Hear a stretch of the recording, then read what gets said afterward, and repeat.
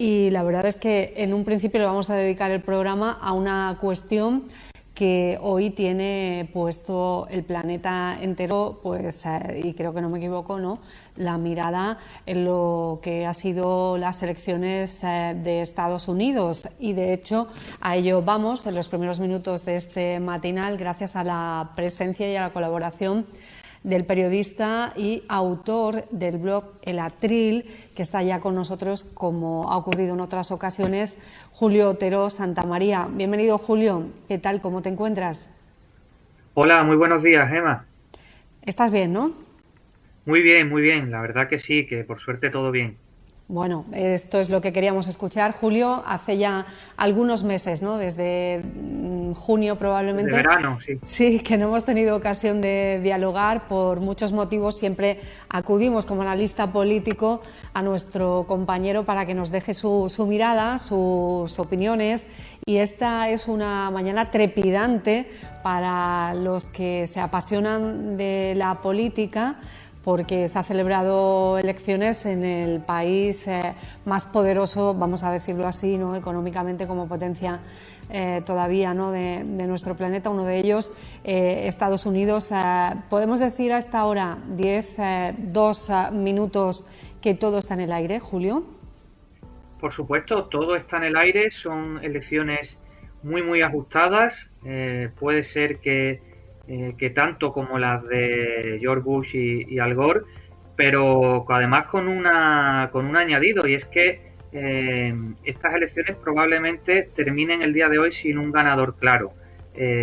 Uno de los escenarios que se contemplan es que los resultados se conozcan dentro de varios días por el recuento en 3 estados clave, y que además el candidato republicano, el actual presidente Donald Trump, pues lleve a la justicia el resultado en caso de que él no salga ganador. No los acepte, al fin y al cabo, ¿no?, que es lo que suele ocurrir cuando uno pierde las elecciones, es que acepta que ha perdido. Pero hay muchos matices en todo lo que nos ha dicho Julio. No sé si esto deja a demasiada gente intranquila. Pensar que hasta el viernes, por lo menos hora local para nosotros, no conoceríamos quién va a gobernar la Casa Blanca en los próximos 4 años. ¿Crees que ese escenario de incertidumbre hace daño, pues por ejemplo, a la economía, ¿no? Quizás pueda crear cierta inestabilidad en los mercados, todavía no lo sabemos. En cualquier caso, Wall Street ha sido bastante fiel a Donald Trump, en el sentido de que ha confiado bastante en él como timonel de la economía. No hay que olvidar que los primeros meses, los primeros años de Trump fueron muy buenos desde el punto de vista económico, donde las bolsas respondieron no solo ya en Estados Unidos muy bien, al contrario de lo que muchos vaticinaban. Y no sabemos hasta qué punto eso se repetirá en este escenario. Son 3 días que sí, que puede crear inestabilidad, pero yo creo que más que la inestabilidad económica, lo que le preocupa seguro a muchos estadounidenses es la estabilidad política. Las personas ligadas al establishment,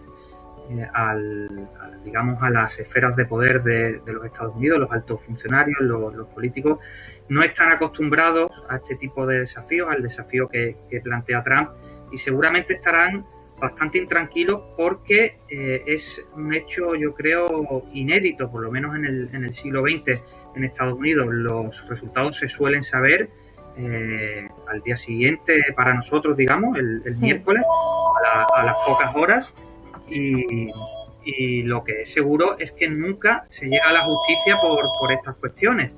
Donald Trump ya ha dicho que es probable que recurra, por lo tanto sí va a haber cierta inestabilidad o cierta inquietud en las personas que apoyan al establishment, ¿no?, al establishment político de Estados Unidos. En los seguidores de Donald Trump, pues seguramente no haya ninguna preocupación, porque ya están acostumbrados, lógicamente, a este tipo de escenarios. Estamos viendo, ¿no?, ahora mismo en pantalla también con lo que ofrece el periódico El País. En principio no habría por qué suponer que que cualquier cosa no pueda ocurrir porque no hay demasiada distancia. Se están contando los votos, se ha hablado mucho de que han sido unas elecciones con una participación histórica. A ese detalle me gustaría ir, al igual que ya en parte lo ha mencionado nuestro invitado, ¿no? Que hay estados que son decisivos, que se entienden que dan o quitan la victoria o que te hacen presidente, Julio, pero me gustaría, como tenemos tiempo y podemos dialogar, me gustaría incluso que diéramos un paso atrás y contáramos también qué te ha parecido, por lo menos en tu opinión, qué te ha parecido lo que ha sido la campaña electoral, si ha estado excesivamente marcada por esta situación de pandemia y si te parece, para explicar bien a nuestra audiencia cómo es el sistema, qué es lo que están votando, qué son los votos populares y los electorales, ¿no? Porque hay que llegar a ese número que está marcado ahí, 270, ¿no? Sí, bueno, sobre la campaña decir que creo que sí, que inevitablemente ha estado marcada por la pandemia, pero aún así, hay que aclarar que Donald Trump sí que ha celebrado más actos, sí, por así decirlo, masivos, o más actos con público o con más gente. Los demócratas en ese sentido sí han sido más prudentes, pero en cualquier caso se ha hablado muchísimo de la pandemia. La pandemia además ha cambiado la tendencia. Hubiera sido, perdona Julio, no hubiera sido una incoherencia si Biden se hubiera puesto en un escenario con muchísima gente cuando le estás diciendo a tu rival político que el coronavirus es lo que es, que hay que tomárselo en serio, que no podemos, eso precisamente, reunirnos y demás, ¿no? Hubiera sido una incoherencia total, que hubiera llevado a cabo mítines sin importarle la situación de pandemia.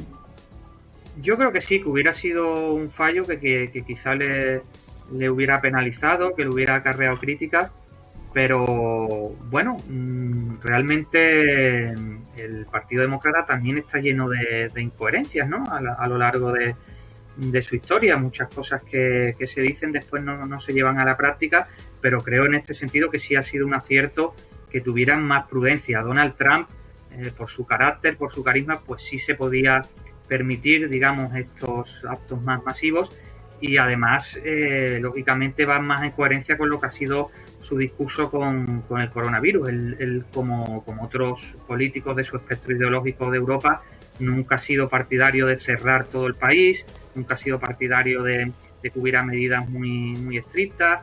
Él se quiso tomar la pandemia de forma más o menos, no sé si desenfadada o de forma desafiante hacia el virus, si eso tiene sentido. Y eso lo pudimos ver cuando él dio la noticia de su enfermedad y demás, ¿no? Entonces, claro que sí que era previsible y además yo creo que a él le venía bien ese tipo de campaña. Él tiene, como decía, mucho carisma, es un candidato que desafía el establishment. Antes eran los expertos económicos, los expertos políticos. Esta campaña ha hecho un puente entre aquella campaña hace 4 años y esta, y ha criticado a los expertos científicos, ha dicho que se han equivocado. Él pues ha tenido una actitud distinta a la que han tenido otros gobiernos del mundo con el coronavirus y bueno, a él le beneficia, digo, también por su carisma personal. A él le interesa tener contacto directo con la población, con sus seguidores, darse un baño de masa. Esa para él es una campaña mucho más fácil que a lo mejor lanzar vídeos por internet o otro tipo de acciones. Él quiere dar esa imagen de fuerza, ¿no? Proyectar, digamos, entre sus seguidores y votantes fortaleza, la tenga o no la tenga, ¿no? Sea impostada de fortaleza y de cercanía al pueblo. Él, digamos, que es alguien que no quiere intermediarios, que critica al establishment político de Washington, al que ha dicho que es un pantano que iba a drenar. Entonces él se presenta como un candidato del pueblo, cercano a las personas, alguien que se ha hecho a sí mismo, que ha invertido y que ha hecho una fortuna por sus méritos, que quiere recuperar el sueño americano y le gusta pues ese tipo de campañas, ¿no? Ese tipo de enfoque, el contactar directamente con su lado. Y sobre lo que me comentabas de lo que se elige, del sistema, sí, pues hay que decir que el sistema americano es muy peculiar, ¿no? Es único en el mundo, también es de los más antiguos, es de las democracias liberales, si no la que más, junto con Francia más y con Inglaterra la más antigua. Hay que decir que el presidente en Estados Unidos es el jefe del gobierno y del Estado. Es un régimen presidencialista.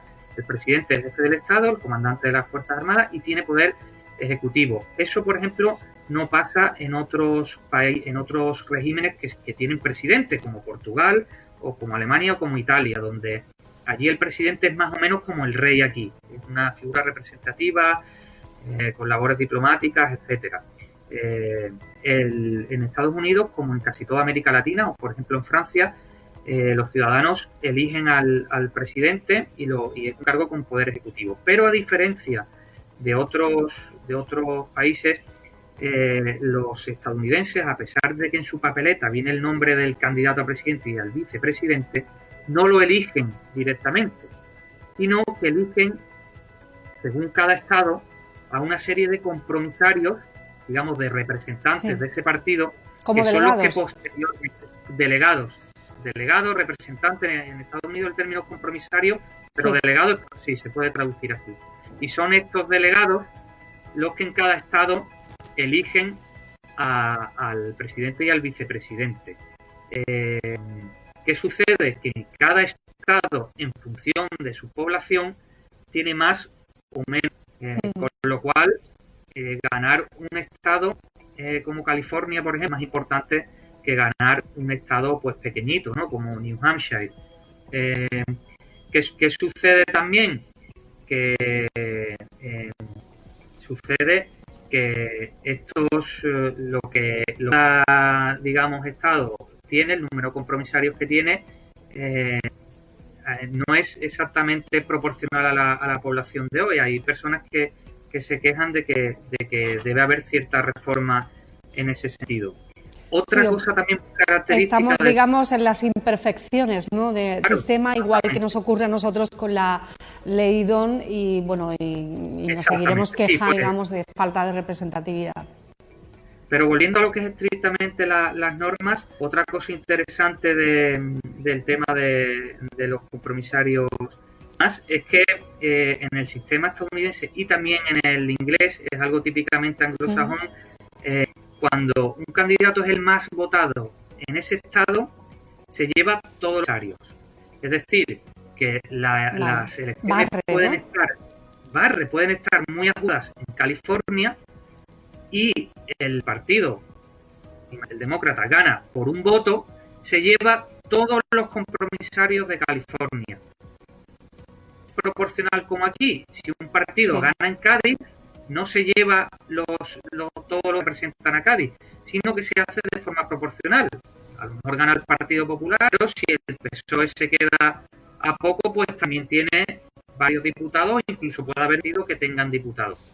Este es el sistema proporcional. En el Reino Unido, por ejemplo, el sistema mayoritario. El Reino Unido se divide en circunscripciones electorales, que son más pequeñas que las provincias, y la circunscripción es la provincia, y allí, en esa circunscripción, el que gana se lleva la representación. Solo en el caso inglés, británico, solo hay un diputado por circunscripción y es el que gana.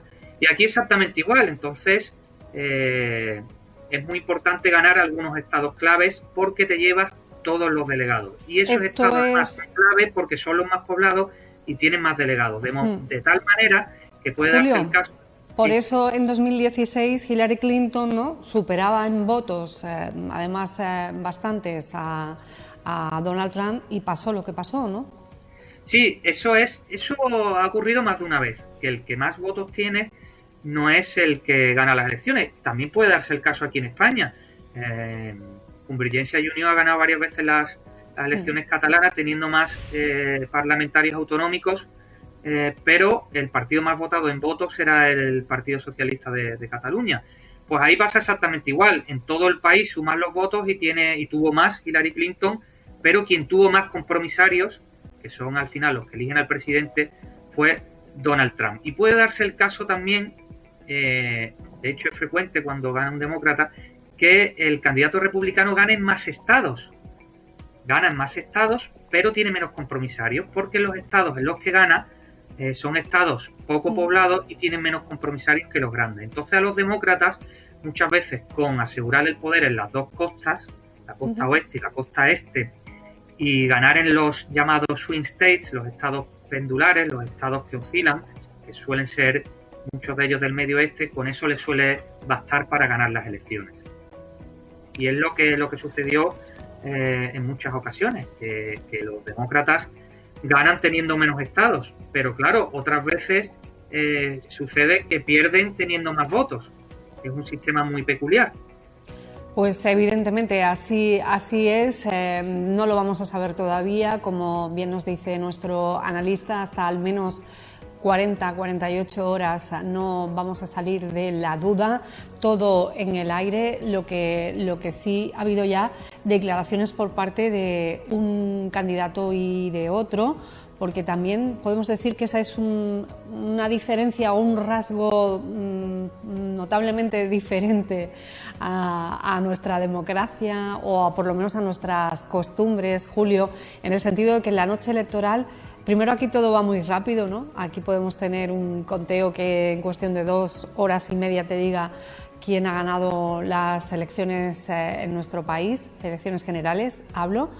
Y bueno, siempre vemos que los representantes políticos están como a la espera de en qué momento salen, en qué momento dan el discurso, dependiendo del escrutinio. Aquí no. Aquí, cuando digo aquí, me refiero a las elecciones norteamericanas, ¿no? Ellos primero hacen discurso prácticamente a pie de urna, está la gente votando y están pidiendo el voto, y segundo, pues ya lo vemos que se han manifestado ya en un sentido y en otro, ¿no? Ambos como posibles ganadores. Sí, claro, allí no existe la jornada de reflexión, se permiten más declaraciones políticas en momentos que aquí serían más extrañas, como durante el recuento, etcétera, pero en cualquier caso nunca se ha llegado a la confrontación de este año. Normalmente los candidatos suelen ser cuidadosos en no cuestionar el sistema o en no cuestionar el resultado, no cuestionar el recuento por la inestabilidad política o el descrédito que eso pudiera traer consigo. En este año ha sido diferente. Los medios están dando dando bastante difusión a las declaraciones de Trump, que ya había insinuado que podría ser que no aceptara el resultado, que ha dicho que las elecciones que se le están robando las elecciones. Twitter incluso ha marcado su tweet como posiblemente engañoso. Sí. Y se han centrado mucho en Trump, pero hay que decir que Biden también ha intervenido y es lo que ha generado la cólera de Trump, ¿no?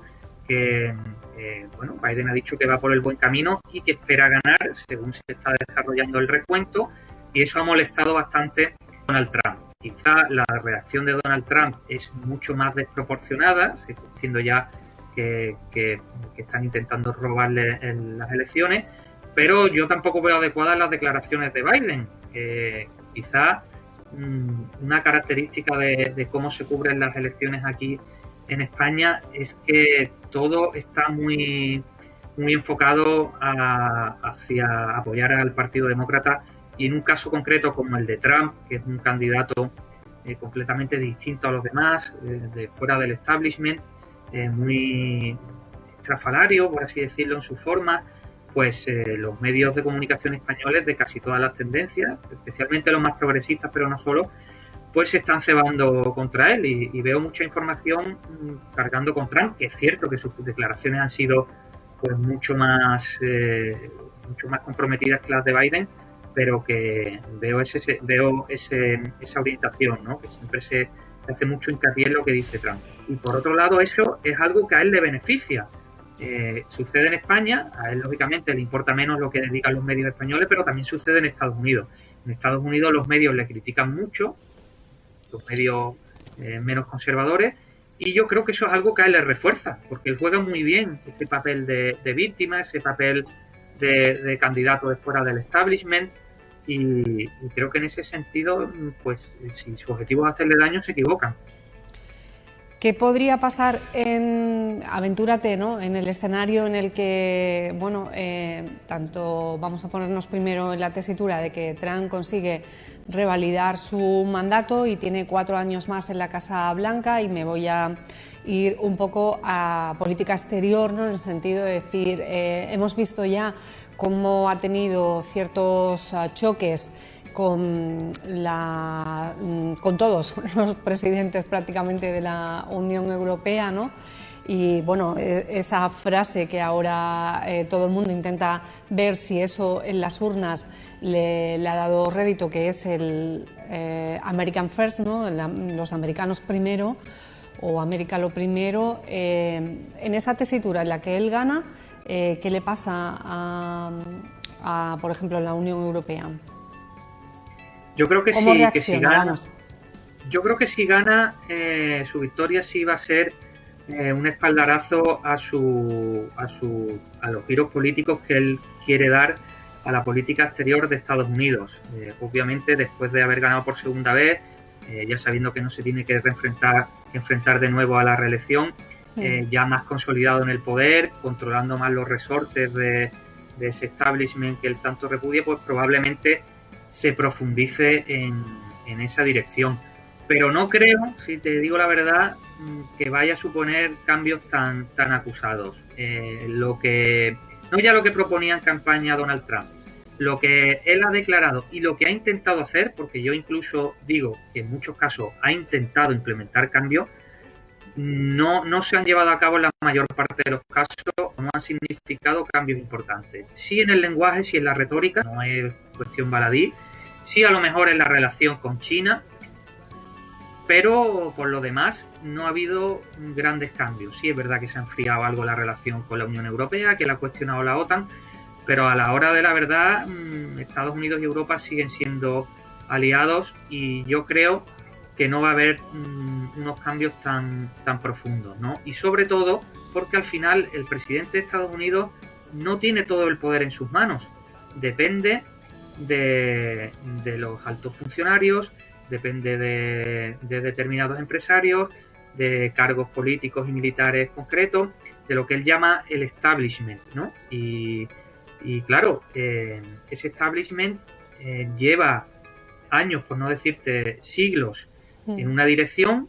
Que ganen los demócratas o los republicanos en el fondo no cambia tanto. Ellos tienen una orientación de régimen, una política exterior que más o menos se ha ido asentando en los últimos años. Incluso en el paréntesis de Bush no era tan diferente a lo que hacía Clinton, a pesar de lo que nos venden aquí los medios de comunicación.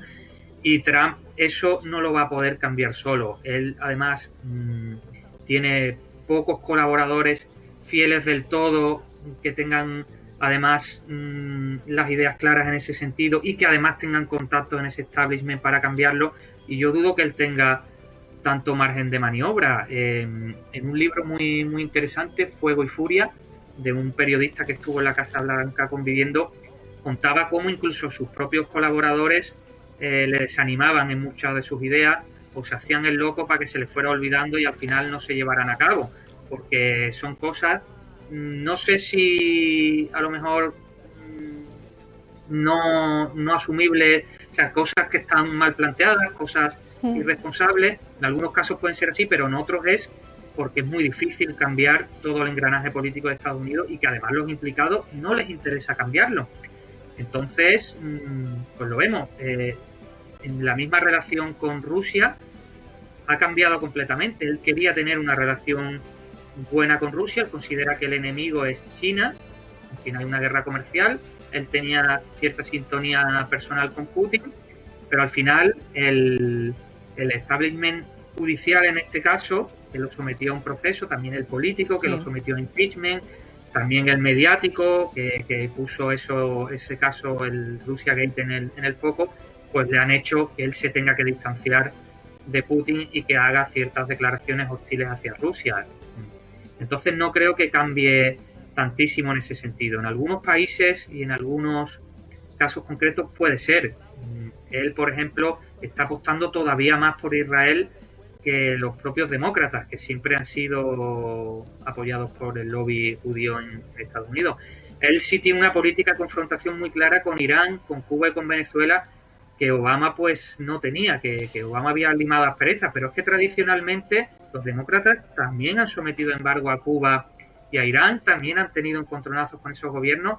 En ese sentido, Trump cambia un poco la forma o cambia el último giro de Obama, pero que al final viene a ser un poco lo mismo. Una cosa que yo considero interesante de Trump es que si bien él hace declaraciones más bravuconas o apela al uso de la fuerza en momentos concretos, en el fondo su política exterior es, desde mi punto de vista, menos agresiva que la de los demócratas. Y dentro de la de los demócratas, la de Hillary Clinton y la de Joe Biden, y en esto sí soy un poco subjetivo, para mí es especialmente peligrosa. Aquí se habla relativamente bien de ellos, desde los medios progresistas españoles, por ejemplo, pero no se tiene en cuenta que sigue una política muy agresiva que ha llevado a la Unión Europea, por ejemplo, al desastre en Libia. Libia hoy es un país que ha retrocedido décadas, donde incluso se venden esclavos, totalmente inestable, sin gobierno, y fue por una intervención, desde mi punto de vista, completamente equivocada. Si no hubiera sido por Obama, quizás Hillary Clinton se hubiera aventurado a atacar Siria, y Trump, que es verdad que lanzó unas bombas, pero fue un ataque más espectáculo que otra cosa, es menos partidario de mantener el, por así decirlo, imperialismo americano de las últimas décadas. Él cree que todas esas intervenciones en el extranjero cuestan muchísimo dinero, cuestan vidas y no son productivas para la economía de Estados Unidos. No es su objetivo. No es su objetivo. En ese aspecto es por donde Trump quiere ir, pero yo creo que aún así tampoco va a haber grandes cambios, porque al final tiene poco margen de maniobra. Entiendo que otros matices, como te he hecho la pregunta, si se revalida la presidencia de Trump, te tengo que hacer la misma pregunta en su contrario, ¿no? ¿Qué pasaría si nos enteramos al final de que ese recuento de votos lleva a la Casa Blanca a Biden? Eso sí, te voy a pedir mayor brevedad en esta respuesta, aunque un poco se te ha intuido. Has mencionado a Obama, ¿crees que iría en esa estela o estamos ante una persona absolutamente diferente? Bueno, es el clásico político del establishment, una persona de mucha edad, de muchos años ostentando cargos públicos, de senador, de vicepresidente, etcétera. Es alguien del aparato del Partido Demócrata, y su victoria va a significar el intento de regresar al viejo mundo de los Clinton, de la política demócrata del siglo XX. Yo personalmente, en esto también me mojo más, creo que va a ser un intento, pero eso, un intento, porque el viejo mundo ya va pasando, y más con la pandemia. Estamos en el siglo XXI ya de lleno, y Trump no va a ser un paréntesis como el establishment en Estados Unidos y en la Unión Europea quieren hacernos ver, que bueno, que es alguien que se ha colado por su dinero y por sus habilidades comunicativas y de espectáculo, pero que la realidad va a volver a la normalidad. Yo creo que los votantes estadounidenses están muy descontentos, y que después de Trump va a haber trumpismo, no en el sentido de apoyo a su figura, sino que van a existir candidatos muy en su línea, como ya los hay en la Unión Europea. Entonces yo creo que lógicamente Biden va a ser un intento de volver a la, entre comillas, normalidad, pero esa normalidad tal como la hemos conocido no va a volver, porque el mundo está cambiando. Julio, muchas gracias por tu tiempo y por tu análisis. Estaremos pendientes de lo que ocurra en este punto, ¿no? Lo tenemos que dejar, pero seguro que cualquier otra mañana contamos contigo para este asunto y para muchos otros. Yo me tiro a la piscina y así lo dejo. Vale, pues sí, pues muchísimas gracias. Nos vemos muy pronto. Efectivamente, gracias. Muy buenos días. Gracias. Hasta luego.